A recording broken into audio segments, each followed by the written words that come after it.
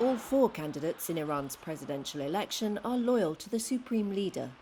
So the next president is unlikely to bring a major shift to the Islamic Republic. Ayatollah Ali Khamenei, the 85-year-old who has been supreme leader since 1989, holds the reins of power. And a hardline watchdog vetted the candidates, presenting voters with little real choice. Public discontent, especially among Iran's youth, has kept voters away in recent elections. And this one also coincides with rising regional tensions, with conflict raging between Israel and two armed groups backed by Iran, Hamas in Gaza and Lebanon's Hezbollah. A new president won't change Iran's backing for militant groups, its policy on Iran's nuclear program, or relations with the West. Khamenei calls the shots on top state matters. No, I don't think it matters. Foreign policy has always remained the same, and this year will be no different from previous years.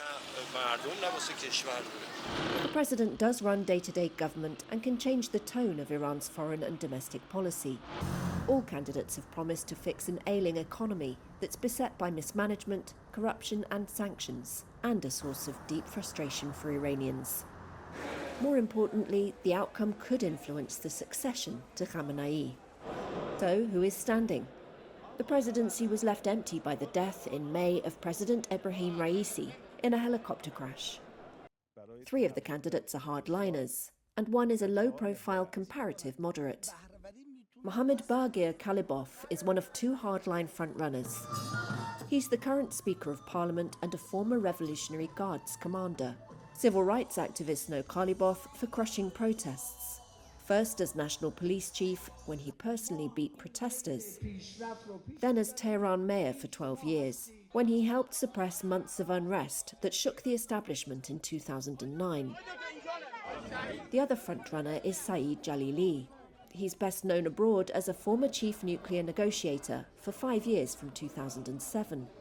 Jalili lost his leg fighting in the Iran-Iraq war in the 1980s and declares himself a pious believer in Iran's system of Islamic government.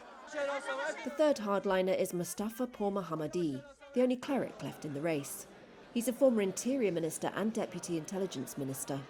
Human Rights Watch in 2005 documented Pourmohammadi's alleged role in the execution of hundreds of political prisoners in Tehran in 1988. Allegations he has never publicly addressed.